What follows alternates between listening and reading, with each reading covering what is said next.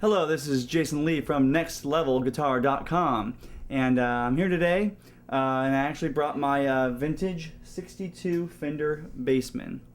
So we're going to go over a few details about that right now. Funny story, the Bassman itself was actually designed for bass players, but somewhere along the line someone must have plugged the guitar into it and realized how good it actually sounds for the guitar frequencies too. So I think over the years people actually hear a Bassman, and if they're familiar with it, they always go, well, why are you going to use that for bass? And you say, well, no, it's for guitar. No, it's for bass. So this, people argue about that too, but definitely the Bassman's a guitar amplifier nowadays.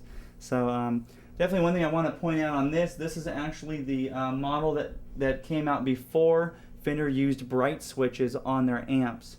So this is definitely, you can tighten up your sound a little bit better with this. So one thing I like to show you is the difference with this amp and some of the later Bassmans that came along. This is the first generation of the piggyback style setup, so as opposed to the actual upright setup from the late 50s, this is the early 60s. So with this, this actually has a presence knob, which is really cool. It's very well sought after.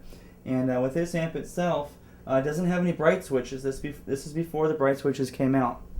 So if you take a look at normal Fender blackface amp, you'll see bright switches right here. But what's really nice about this is that you can kind of custom tailor your tone with the presence knob itself. With the other models, if you were to turn your bright switch on, it's almost like jumping it up to 10 on here. So this way you can actually custom tailor it. Some guys don't like the sound with the bright switch on, and they don't like the sound with the bright switch off. So this way you could put it at 5 to 6 right there, and you'd be pretty set to go. To explain the way the jacks work really quick, your first position on an old Fender amp like this is going to have a little bit of a hotter output, and then your actual input 2 is going to have a little bit of a softer output. This doesn't mean that you can plug in multiple instruments at once. They're never really meant to do that. It was just meant to, do you want to run it as a bass instrument or anything normal? But definitely, when you cut to the normal side, it's even going to be a little bit quieter than this side, and then once again, it's going to be a little bit quieter in the normal position. So a lot of times for recording, some people like to use those where they can actually, cut it over and get a little bit of a softer sound. But it's a great simple amp. It's really easy to put anything else on top of it and make it sound good. It's made popular by tons of artists. It's pretty much going to be a repeat too on each side. So other blackface amps do have other options like vibrato. This is just a straight clean sound amp. So we've got volume, treble, bass, volume, treble, and bass. One other thing to notice too on these brown face amps, the really cool thing with these is they actually have the numbers printed on the faceplate itself. If you look at most other amps, look at Twin Reverb or anything around that era, you're going to notice that they're just blank, and then they have a marker right along the bottom of here. But what these have, is actually just the knob itself in the middle.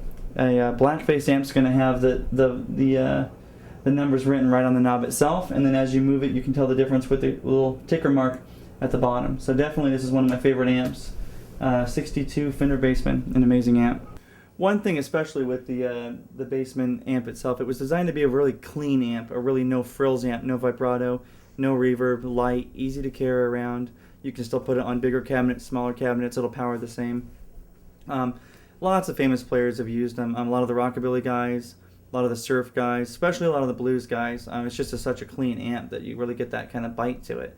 So I've got my American 62 reissue Jazzmaster Fender right here, and I'm just gonna kind of pluck around a little bit and show you the differences that you can do with this being the clean transplant and just changing the tone with my pickups. This 62 Fender Bassman is all tube circuitry. It's about 40 watts RMS. Definitely the Bassman is known for cranking though. When you do crank it up past 6 or 7, that's what a lot of guys use it for, because you actually get a natural distortion. You don't need a pedal or anything.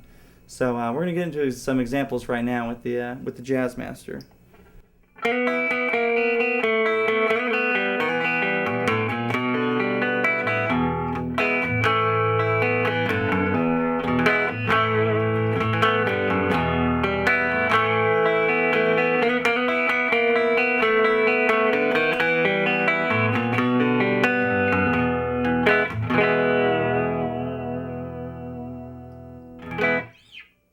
So let's try that one more time. I'm in the neck position, but I want to show you the difference, the way a Bassman is affected when you literally switch to the bridge. It's a little bit different than most amps.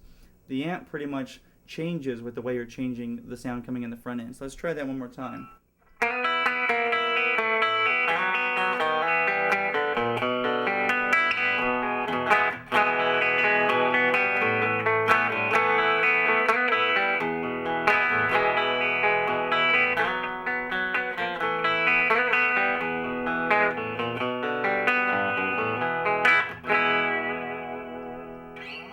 Alright, thank you once again. This is Jason Lee with NextLevelGuitar.com. Thank you for letting me show you my vintage 62 Bassman piggyback amp. And Bassmans, not in this format, but Bassmans in a vintage format are reissued. So if you are ever in a store, please try one out.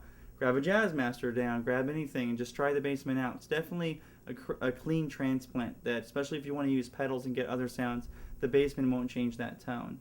So make sure to check out more lessons with NextLevelGuitar.com, and I'm going to play us out.